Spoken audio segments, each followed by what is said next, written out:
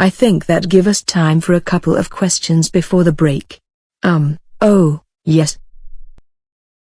I was, just wondering what you thought were the main differences between, government websites and those in the private business sector?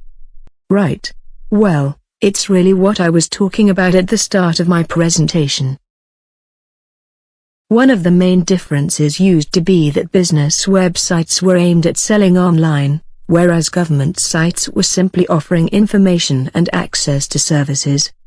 Excuse me? Yeah?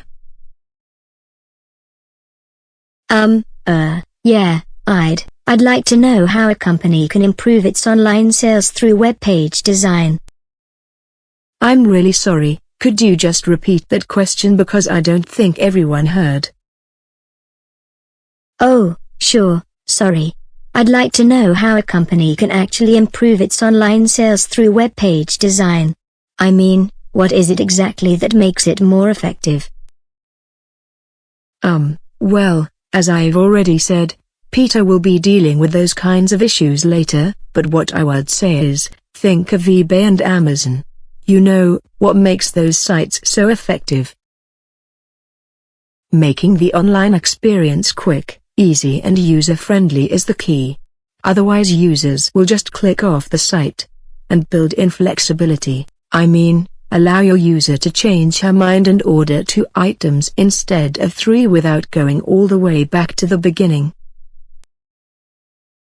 When you think of the most successful sites, they have very user-focused design, provide information without overloading the user and are just simple to use. I hope that answers your question. Yes, thanks. Good. I'd be interested to know more about copywriting. I mean to say, could you tell us what kind of language you think works well on websites? That's a really interesting question. The language, tone and look of a business site is going to be quite different, although government sites should also be open and friendly. And we've seen the increasing use of social media such as wikis and blogs or both the company and government sites. But on the whole, commercial sites use language that's what I call punchy, or young or trendy.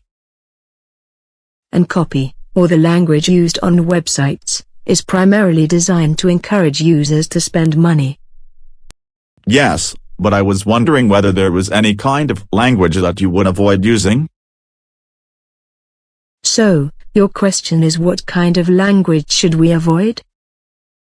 Well, apart from the obvious, offensive language, this sort of language depends on the industry and the purpose of the website.